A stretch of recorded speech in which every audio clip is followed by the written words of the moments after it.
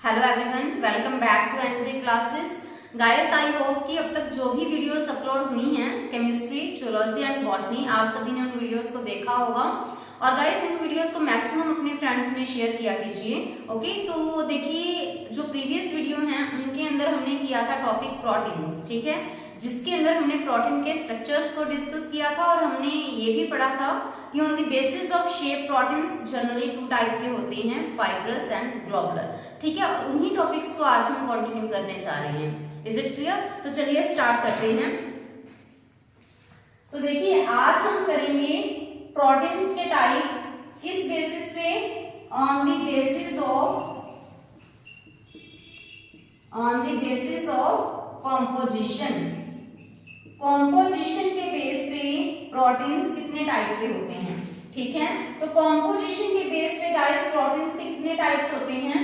3। कौन कौन से होते हैं? देखिए, फर्स्ट है हमारे पास सिंपल प्रोटीन्स।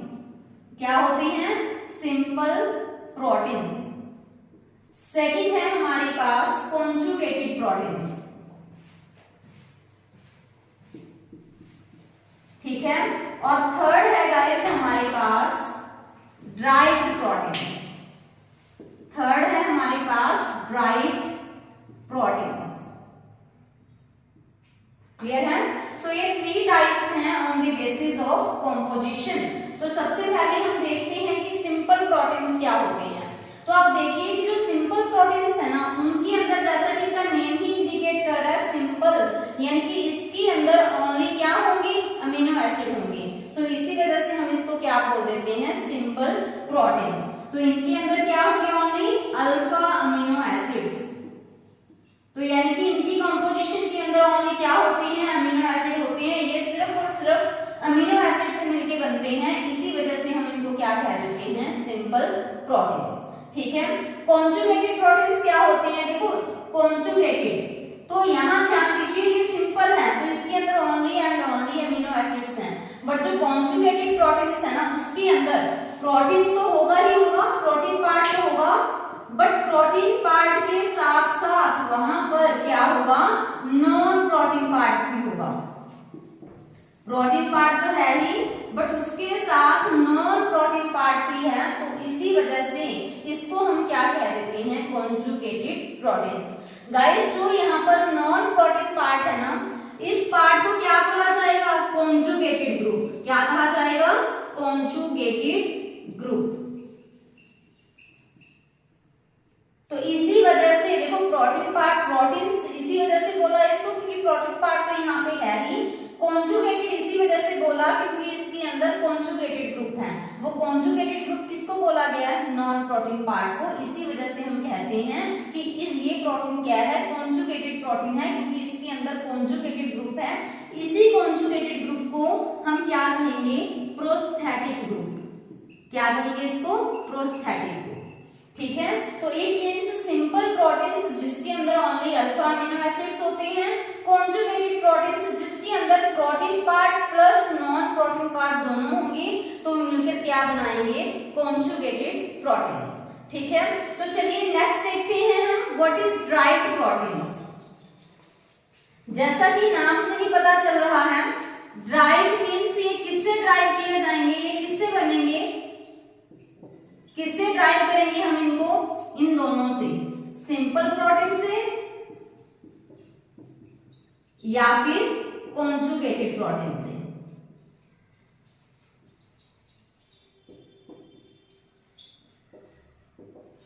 ठीक है, देखिए ये था सिंपल प्रोटीन, ये है कॉन्जुगेटेड प्रोटीन, ये है ड्राइव्ड प्रोटीन। जैसा कि नाम ही बता रहा है ड्राइव, किससे ड्राइव किए जाएंगे? ये सिंपल प्रोटीन से या फिर कॉन्जुगेटेड प्रोटीन से। कैसे ड्राइव किए जाएंगे? By the action of heat या फिर एंजाइम। ठीक है, तो ऐसे में हमें क्या मिल जाएंगे? फिर ड्राइव्ड प्रोटीन्स। क्लियर है? अभी देखिए कि जो सिंपल प्रोटीन्स हैं उनको भी फर्दर 2 कैटेगरीज में डिवाइड कर दिया जाता है on the basis of shape. तो कौन कौन से? ग्लोबुलर प्रोटीन, ठीक है, सेकंड वन है हमारे पास फाइब्रस प्रोटीन। तो देखिए मैंने आपको प्रीवियस वीडियो में भी बताया था कि protein on the basis of shape two types के होते हैं, ग्लोबुलर एंड फाइब्रस। ठीक है, उन्हीं टॉपिक्स को हम डिटेल में करने वाले हैं, क्योंकि जो ये टाइप्स है ना ये सिंपल प्रोटीन्स के हैं। ठीक है, तो सिंपल प्रोटीन के अंदर ही ये कैटेगरी आती है फाइब्रस की और ग्लोबुलर प्रोटीन की। क्लियर? तो देखिए जो ग्लोबुलर है वर्ड नेम ही बता रहा है, ग्लोबुलर मींस ग्लोब लाइक यानी कि स्फेरिकल। तो ऐसे प्रोटीन जो शेप के अंदर कैसे होते हैं, स्फेरिकल होते हैं शेप में, तो उनको हम क्या बोल देते हैं, ग्लोबुलर प्रोटीन। जैसे कि एल्ब्यूमिन, ग्लोबुलिन, इनके एग्जांपल्स हम स्टडी करेंगे। तो जो ये ग्लोबुलर प्रोटीन्स होते हैं ना गाइस, नोट कीजिएगा कि वाटर सोल्यूबल प्रोटीन्स हैं। ठीक है, ये वाटर के अंदर घुल जाते हैं। क्लियर? जो फाइब्रस प्रोटीन है वो क्या होते हैं, स्ट्रक्चर देखिए इनका कैसा होगा, इनका स्ट्रक्चर होगा फाइबर लाइक। ठीक है, और ये इनसोल्यूबल होते हैं वाटर के अंदर, इसी वजह से इनको वाटर इनसोल्यूबल प्रोटीन्स भी कहा जाएगा। जैसे कि क्रेटिन किसका एग्जांपल है, फाइब्रस प्रोटीन का। कोलेजन किसका एग्जांपल है, फाइब्रस प्रोटीन का।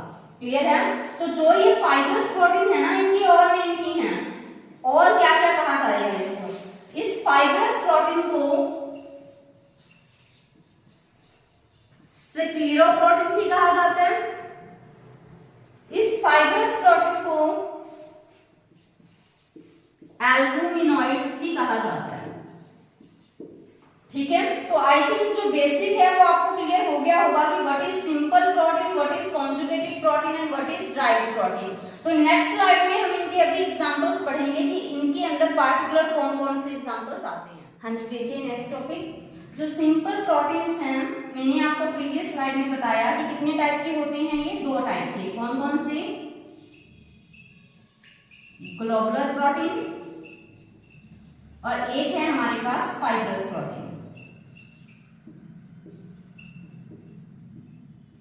ठीक है, तो चलिए देखिए सबसे पहले हम देखते हैं ग्लोबुलर प्रोटीन के एग्जांपल्स। ठीक है, तो ग्लोबुलर प्रोटीन के अंदर कौन कौन से प्रोटीन्स आते हैं, इसके अंदर आएंगे हमारे पास एल्ब्यूमिन। ठीक है, तो अभी देखिए कि जो एल्ब्यूमिन है ये कैसा होगा बताइए, अगर ग्लोबुलर प्रोटीन है तो ये वाटर के अंदर क्या होगा, सोल्यूबल होगा।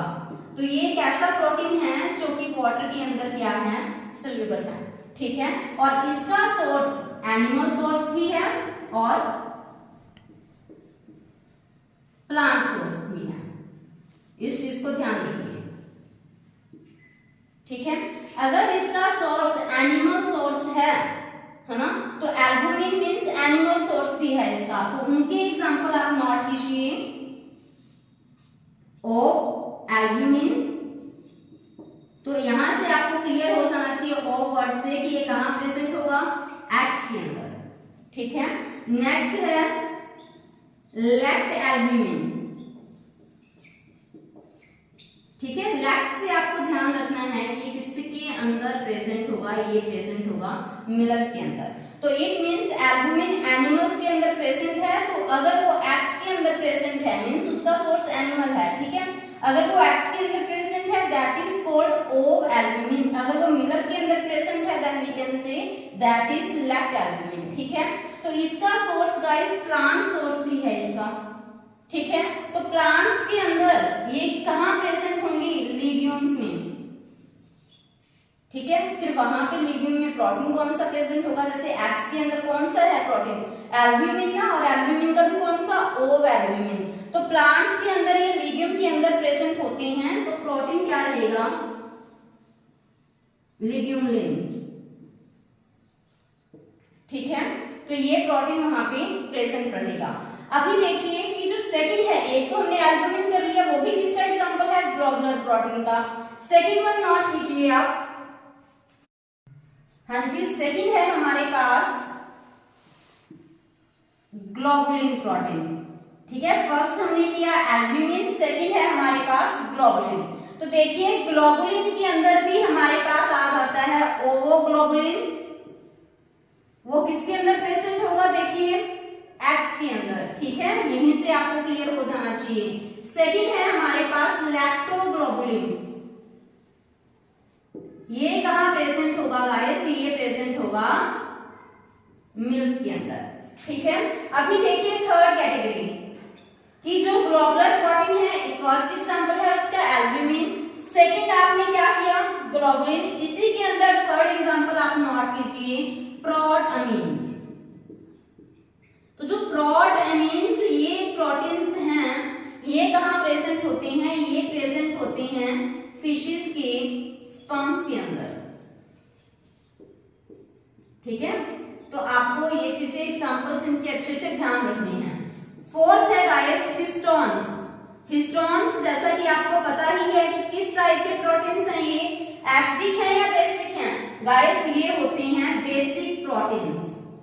तो जो ये बेसिक प्रोटीन्स है ना हिस्टोन हम पढ़ते हैं, वो किस टाइप के प्रोटीन हैं, सिंपल प्रोटीन। और सिंपल प्रोटीन में भी किनमें आएंगे, वो ग्लोबुलर प्रोटीन का एग्जांपल है या फाइब्रस का, तो वो एग्जांपल है किसका, ग्लोबुलर प्रोटीन्स का, ठीक है। तो इसी वजह से हिस्टोन प्रेजेंट कहाँ होते हैं, हमें पता है कि जो न्यूक्लियस के अंदर हिस्टोन प्रेजेंट होते हैं, तो इसको हम क्या कहते हैं, न्यूक्लियोहिस्टोन्स भी कहते हैं। क्लियर है। नेक्स्ट आप नोट कीजिए प्रोलअमीन्स। तो इसको प्रोलअमीन नेम ही क्यों दिया गया, जो हम फिफ्थ एग्जांपल पढ़ रहे हैं किसका, एल्ब्यूमिन का, उसके अंदर हम पढ़ रहे हैं गाइस प्रोलअमीन। तो इसको प्रोलअमीन नाम क्यों दिया गया, तो प्रोल वर्ड से आप ध्यान रखिए प्रोलीन, तो आपने एक अमीनो एसिड पढ़ा था हाँ जी, इसको हम ग्लियाडिन्स भी बोलते हैं, इस पूरी की पूरी वैरायटी को, ठीक है। तो ग्लियाडिन्स हम इसको बोलते हैं, इस पूरी की पूरी फैमिली को। तो जो ग्लियाडिन्स है इससे आप ध्यान रख सकते हो ग्लियाडिन प्रोटीन, जो कि किसके अंदर प्रेजेंट होगा, वीट के अंदर। क्लियर है। एक और एग्जांपल नोट कीजिए आप यहाँ पे ग्लूटेनिन्स, ठीक है। ये भी एग्जाम्पल है किसका, ग्लोबुलर प्रोटीन का, ठीक है।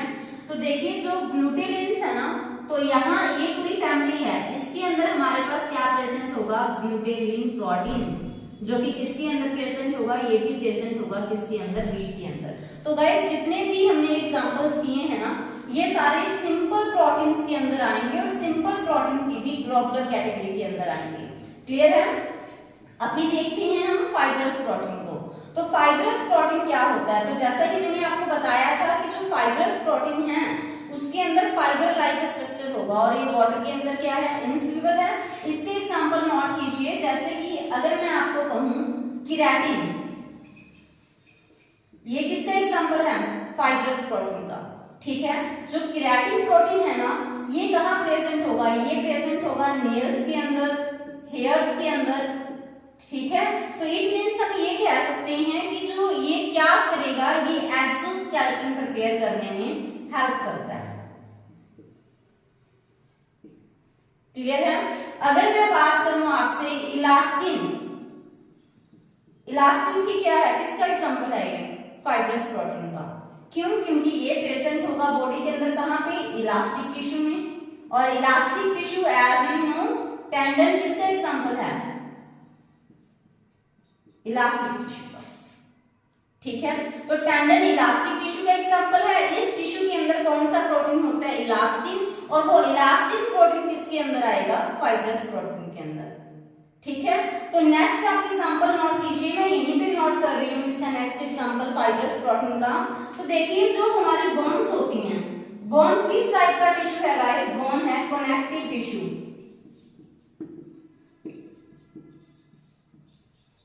ठीक है। जो हमारे बोन्स हैं, जैसे देखिए जो केराटिन है, केराटिन नेल्स और हेयर में प्रेजेंट है, जो कि एक्सोस्केलेटन बना रहा है। इलास्टिन ये प्रोटीन है जो कि कहां प्रेजेंट होगा, इलास्टिक टिश्यू में। तो वैसे ही जो हमारे बोन्स हैं, बोन्स क्या है, एक टाइप का कनेक्टिव टिश्यू। तो गाइस वहां एक प्रोटीन प्रेजेंट रहता है जिसको हम बोलते हैं कोलेजन प्रोटीन, और वो मोस्ट अबंडेंट प्रोटीन है कहां पे, एनिमल वर्ल्ड के अंदर। मैंने आपको एमसीक्यूज की क्लास में करवाया भी था कि जो एनिमल वर्ल्ड के अंदर सबसे मोस्ट अबंडेंट प्रोटीन कौन सा होता है, तो सबसे मोस्ट अबंडेंट प्रोटीन होता है कोलेजन, और वही कोलेजन प्रोटीन यहाँ पर प्रेजेंट रहेगा। तो गाइस आई थिंक आपको ये प्रोटीन है और ग्लोबुलर प्रोटीन है, उनके एग्जांपल्स आपको क्लियर हो गए होंगे। तो नेक्स्ट स्लाइड में हम करेंगे कॉन्जुगेटेड प्रोटीन। अच्छी, अभी हमारे पास 2 प्रोटीन्स पेंडिंग है जिन्हें हमें डिस्कस करना है। तो एक है कॉन्जुगेटेड प्रोटीन एंड एक है हमारे पास ड्राइव्ड प्रोटीन। तो देखिए सबसे पहले हम देख लेते हैं ड्राइव्ड प्रोटीन, फिर हम डिटेल में डिस्कस करेंगे अबाउट कॉन्जुगेटेड प्रोटीन्स। तो देखिए ड्राइव्ड प्रोटीन्स क्या होते हैं। आपको बताया गया था कि जो ड्राइव्ड प्रोटीन्स होते हैं वो किससे बनते हैं, सिंपल प्रोटीन से या फिर कॉन्जुगेटेड प्रोटीन से। कैसे, by the action of feed enzymes. तो हमारे पास क्या बन जाएंगे, ड्राइव्ड प्रोटीन। तो इसी वजह से इनको नाम क्या दिया गया, ड्राइव्ड, क्योंकि ये कहाँ बनते हैं, कैसे बनते हैं, ये बनते हैं सिंपल और कॉन्जुगेटेड प्रोटीन से। ठीक है, तो गाइस जो ये ड्राइव्ड प्रोटीन्स होते हैं ना, ये भी हमारे पास कितने टाइप के होते हैं, 2 टाइप्स के। एक होगा हमारे पास प्राइमरी ड्राइव्ड प्रोटीन्स, सेकंड है हमारे पास सेकेंडरी ड्राइव्ड प्रोटीन्स। तो यानी कि ड्राइव्ड प्रोटीन्स की भी फर्दर 2 कैटेगरीज हैं, primary derived proteins and secondary derived proteins. ठीक है, क्या डिफरेंस रहेगा इनके अंदर। गाइस देखिए कि जो प्राइमरी ड्राइव्ड प्रोटीन्स होते हैं उनकी वैरायटी कैसी होगी, वो डीनेचर्ड वैरायटी की होंगी। कैसी वैरायटी रहेगी उनकी, डीनेचर्ड वैरायटी। और जो हमारे पास सेकेंडरी ड्राइव्ड प्रोटीन्स होते हैं उनकी वैरायटी कैसी रहेगी, वो रहेंगे डिग्रेडेड वैरायटी। अभी आपको होगा कि क्या डिफरेंस है डीनेचर्ड और डिग्रेडेड वैरायटी के अंदर, बताते हैं आपको अभी।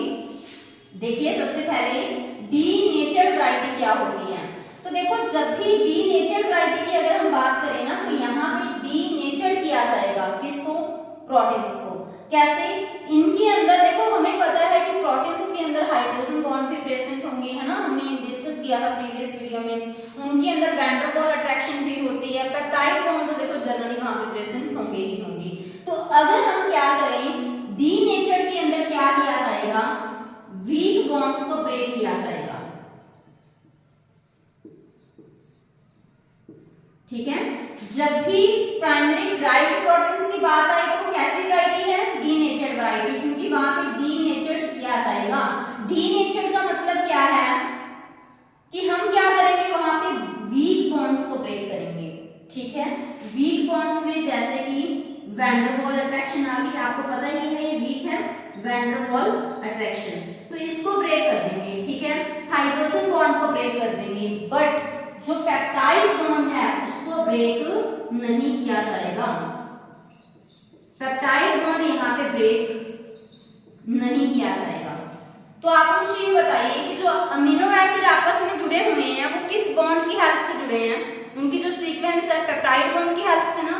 अगर हमने पेप्टाइड बॉन्ड को ही ब्रेक नहीं किया तो क्या जो अमीनो एसिड की चेन है, क्या जो पॉलीपेप्टाइड चेन है वो स्मॉल होगी, नहीं ना। तो इट मींस यहाँ पे सिर्फ और सिर्फ वीक बॉन्ड ब्रेक हुए हैं, वैन डर वाल अट्रैक्शन हो गया, हाइड्रोजन बॉन्ड हो गया, बट जो स्ट्रॉन्ग बॉन्ड है पेप्टाइड बॉन्ड वो ब्रेक नहीं हुआ। अगर पेप्टाइड बॉन्ड ब्रेक नहीं हुआ तो जो पॉलीपेप्टाइड चेन की लेंथ है वो तो एज इट इज रहेगी ना, वो तो स्मॉल नहीं हुई। इसी वजह से हम कह देते हैं कि जो डीनेचर्ड वैरायटी होती है, जो प्राइमरी ड्राइव्ड प्रोटीन्स होते हैं, उनके अंदर क्या होगा, जो पॉलीपेप्टाइड चेन है उनकी लेंथ शॉर्ट नहीं होती। ठीक है, उनकी लेंथ एज इट इज रहेगी। क्लियर है। तो अभी देखिए डिग्रेडेड वैरायटी। डिग्रेडेड वैरायटी क्या होती है, इसके अंदर गाइस जो पेप्टाइड बॉन्ड है ना वो भी ब्रेक किए जाते हैं। ठीक है, उनकी भी हाइड्रोलिसिस की जाती है। तो जब हम हाइड्रोलिसिस करेंगे फिर क्या होगा, वो पेप्टाइड बॉन्ड क्या हो जाएगा, ब्रेक हो जाएगा। अगर पेप्टाइड बॉन्ड ब्रेक हो गई तो फिर तो देखो ऑब्वियस सी बात है कि जो पॉलीपेप्टाइड चेन है उसकी लेंथ भी क्या होगी, पॉलीपेप्टाइड चेन की लेंथ भी स्मॉल हो जाएगी।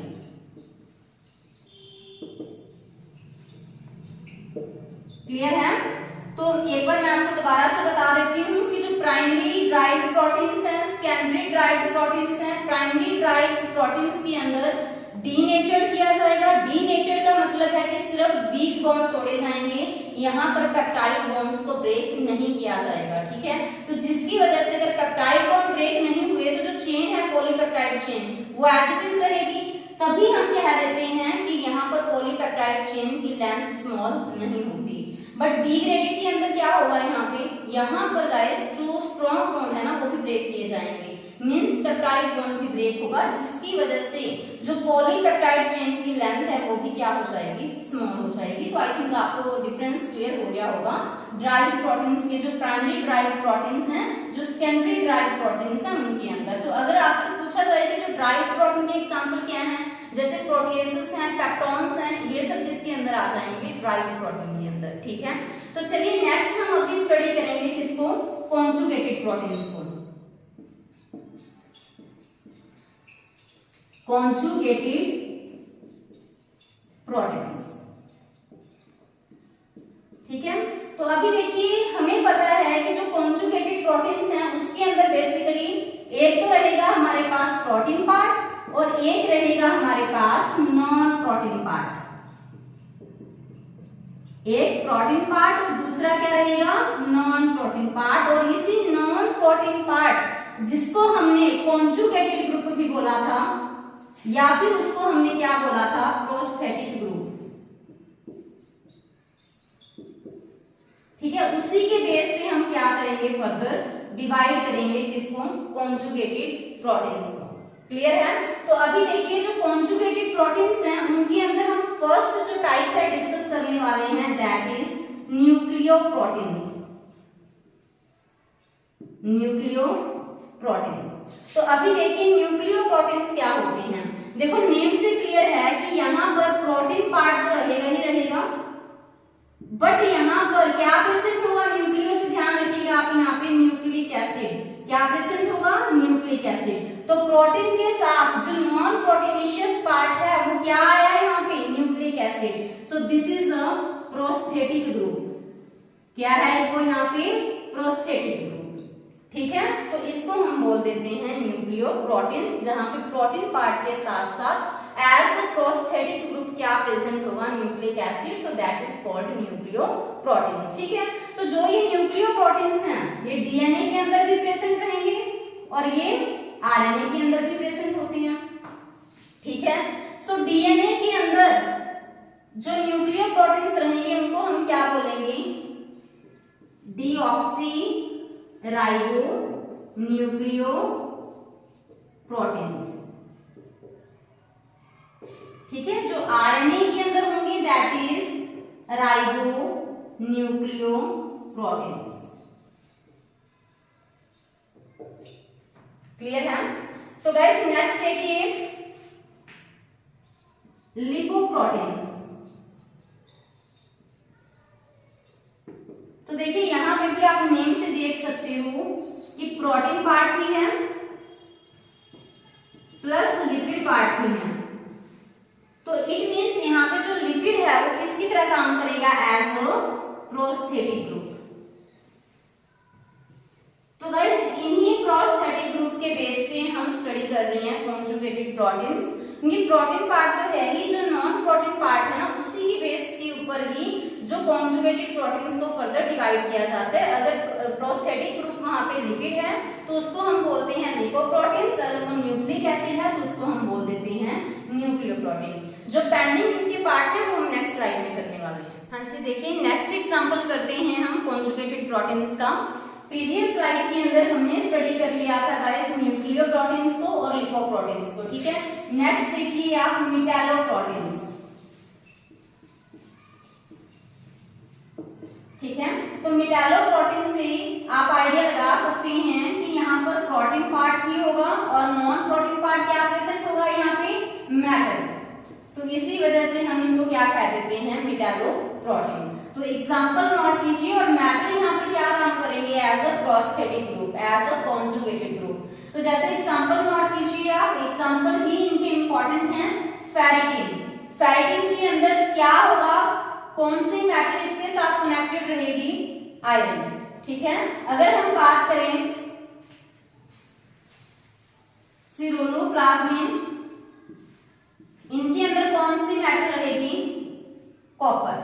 ठीक है, अगर देखा जाए कार्बोनिक एनहाइड्रेस, इंपॉर्टेंट एग्जांपल है ये कार्बोनिक एनहाइड्रेस, तो यहाँ मेटल जो इनके साथ लिंक होगी दैट इज जिंक। तो इट मींस यहाँ पे प्रोटीन पार्ट तो है ही है, साथ में मेटल भी है, तो इसी वजह से इनको हम क्या कहेंगे, मेटालोप्रोटीन। ठीक है, तो चलिए नेक्स्ट करते हैं क्रोमोप्रोटीन। ठीक है, तो प्रोटीन पार्ट रहेगा और क्रोमो मींस कलर्ड, यानी कि यहां पर कुछ कलर्ड कंपाउंड भी रहेगा, कलर्ड पिगमेंट भी रहेगा। ठीक है, इसी वजह से हम इसको क्या बोल देते हैं, क्रोमोप्रोटीन। तो एग्जांपल नोट कीजिए आप इसका, अगर बहुत इंपॉर्टेंट एग्जांपल है हीमोग्लोबिन। हीमोग्लोबिन हमें पता है ना, हीमोग्लोबिन जो कि ऑक्सीजन का ट्रांसपोर्ट करेगा, CO2 का ट्रांसपोर्टेशन में हेल्प करता है ना। तो अभी देखिए यहाँ पे ग्लोबिन एक प्रोटीन है। ठीक है, ग्लोबिन क्या है यहाँ पे, प्रोटीन। तो प्रोटीन के साथ साथ यहाँ पे एक कलर कंपाउंड भी रहेगा दैट इज हीम ग्रुप। ठीक है, जो कि यहाँ पे किसकी तरह काम करता है, heme group as a prosthetic group. ठीक है, और एग्जांपल नोट कीजिए साइटोक्रोम, साइटोक्रोम, कैटालेस, ये सब इन्हीं के एग्जांपल हैं। क्लियर है, तो आई थिंक आपको मेटालोप्रोटीन एंड क्रोमोप्रोटीन क्लियर हो गया होगा। नेक्स्ट एग्जांपल गाइस नोट कीजिए फॉस्फोप्रोटीन।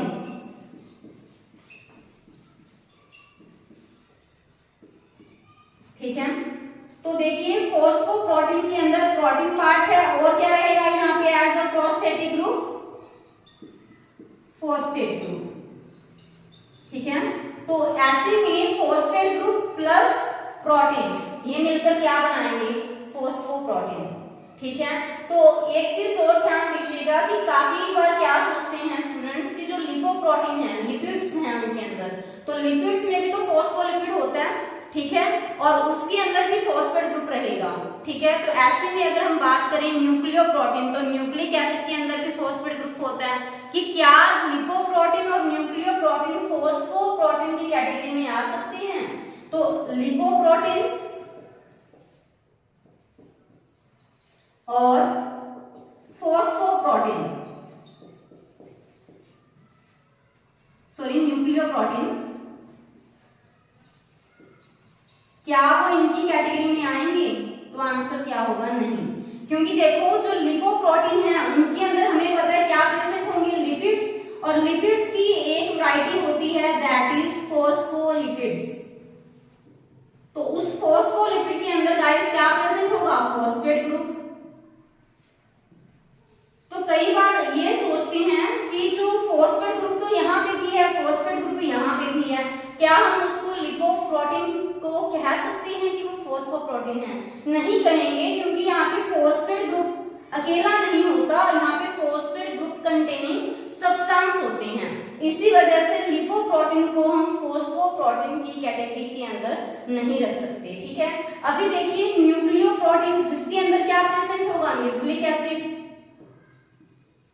और न्यूक्लिक एसिड आपको पता है किससे मिलके बनता है, न्यूक्लियोटाइड से, और न्यूक्लियोटाइड के अंदर आपको पता है कि नाइट्रोजन बेसिस प्रेजेंट रहेंगे। ठीक है, पेंटोस शुगर प्रेजेंट रहेगा, और वहां पे क्या प्रेजेंट होते हैं, और वहां पे प्रेजेंट होते हैं फॉस्फेट ग्रुप। तो इनडायरेक्टली ये सोच लिया जाता है कि क्या फॉस्फेट ग्रुप तो यहाँ पे भी है न्यूक्लिक एसिड में, तो क्या न्यूक्लियोप्रोटीन यहाँ आएगा, नहीं, क्योंकि यहाँ पे फॉस्फेट ग्रुप अकेला नहीं है, साथ में और भी सब्सटेंसेस हैं।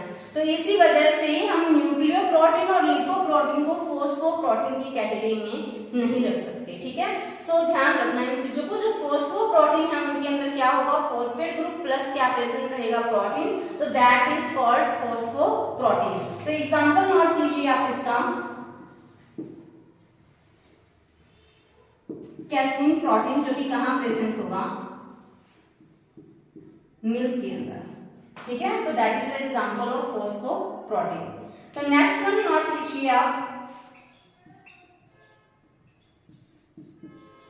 ग्लाइकोप्रोटीन। तो तो ग्लाइको से आपको ध्यान रहना चाहिए कि यहाँ पे क्या प्रेजेंट होगा, carbohydrate part as a prosthetic group. तो इसी वजह से हम इसको क्या कह देते हैं, ग्लाइकोप्रोटीन। तो इसका एग्जांपल आपको नोट करना है यहाँ पर अभी, इम्यूनोग्लोबिन।